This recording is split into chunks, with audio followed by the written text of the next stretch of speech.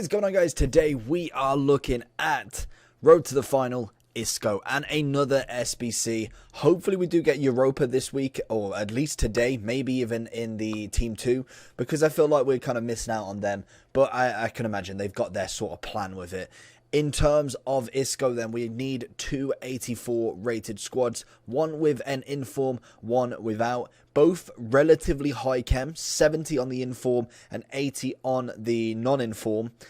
And I think it's not bad, but I think Isco for me is just not quite there yet. I know these are upgradable cards, and obviously as Real Madrid do go through their Champions League run, he will get up. But the problem with him is the freestyle weak foot. Not quite got enough of the stats straight off the bat, and I feel like if you've got someone like Rashford, someone like Salah, they're usable right now, and then they get better. For someone like Mason Mount and Isco, they're only so good, and they need the upgrades, and by the time them upgrades have happened, are they going to be needed? Let's get into it in the in-games. So with Isco, he's coming in at just shy of 80,000 coins on the Xbox and just shy of 70,000 on the PlayStation. And he's a 4-star skiller with a 3-star weak foot, right-footed, with a medium attacking work rate and a low defensive. In terms of stats, we've got very little pace, which is 72 with 75 acceleration, 69 sprint speed. I always take that the fact that the acceleration is more, so that's always nice to me.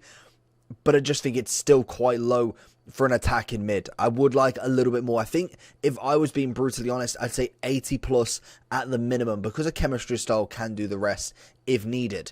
78 shooting. Again, I can kind of deal with the fact that he doesn't have the greatest shooting in the world, because I could use him more as an assister. He's a very dribbly sort of player and really holds the ball very well. And that's what I've always known from Isco. He's always been that sort of, not necessarily shooter, but someone who can dribble around, he can get that pass off, and that's really about it. In terms of his dribbling then, we like it. 87 composure, 85 agility, 92 balance. We have got a very, very high dribbling stat right there. It is a 91 on the overall. Passing wise, 86 short, 83 long with 90 curve. He's a very, very well-rounded passer of the ball.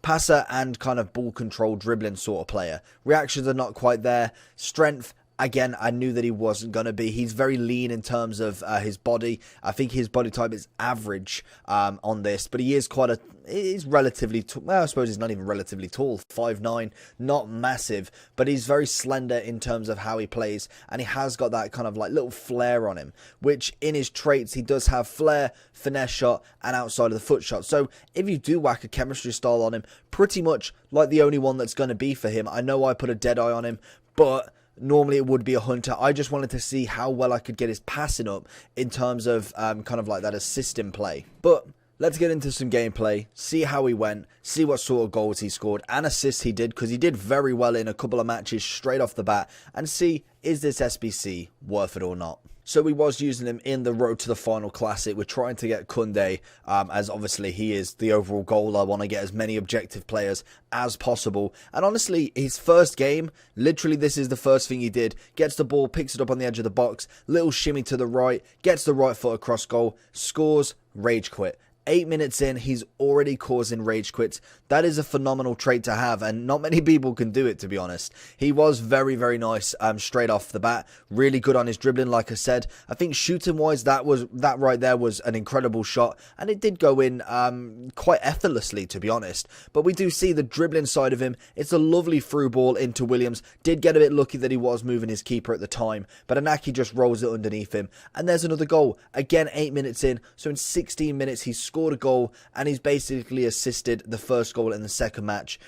That's really, really nice to see. Again, we go here again. We go with a little dribble, turn it round, get a shot off, another goal, a cross goal. And to say this guy doesn't have like an amazing shot on him, or doesn't have the greatest base finishing, that for me is very, very consistent. There was no shots in between that. He was pretty much 2 for 2 in terms of his shots, so I can't complain one bit about that. Whether the SBC is worth it, I think if you've gotten tradables, most definitely it could be worth it, just because obviously he will go up, and you could use him as a higher rated fodder later on down the line. If you don't have the fodder, I wouldn't necessarily go out and buy everyone for it, but I think you could do it relatively cheap, and 80k in this point of the game isn't really that much in my opinion. You can grind that out of bronze packs, gold upgrades, buying gold players low and selling them high, inform selling. There's so many ways that you can make coins nowadays. So let's get into the overall for him, and I have kind of changed it a little bit. So I am going to change it a little bit more as well. I don't really like the camera here, but this is what I'm working with at the moment. I just wanted to kind of get this screen so you can see it all. I felt like me covering top right of it really was kind of taken away from the image. Let me know, if you are still here, would you want a camera here, or are you okay with literally just seeing the screen? Because I feel like if I take away the camera side of it, I can genuinely get more information on here. I have a little bit more space to work with. Or do you think it's very essential for me to have this camera here so you can kind of see as I talk? I think that is a big thing with YouTube, is you can hear the voice, but it's always nice to see something moving. Even though I don't move my hands around here, it's always nice to obviously see a person and kind of like listen and see whilst actually they're presenting what is on the screen. But anyway, let me know down below in the comments. In terms of everything for Isco then, we have got 78k for him, 284 rated squads. It's not the worst SBC in the world, but I still think it might be a little bit more expensive than what I was thinking. Maybe 185 would have been more justifiable, in my opinion. Obviously, they're trying to give packs back, which you get I think it's a Prime Electrum and a mixed player pack for 284 rated squads. Don't ask me why, it's just awful. Didn't get anything out of them, obviously, you can never really count them. But in terms of kind of like Isco and his entire card, it's nice.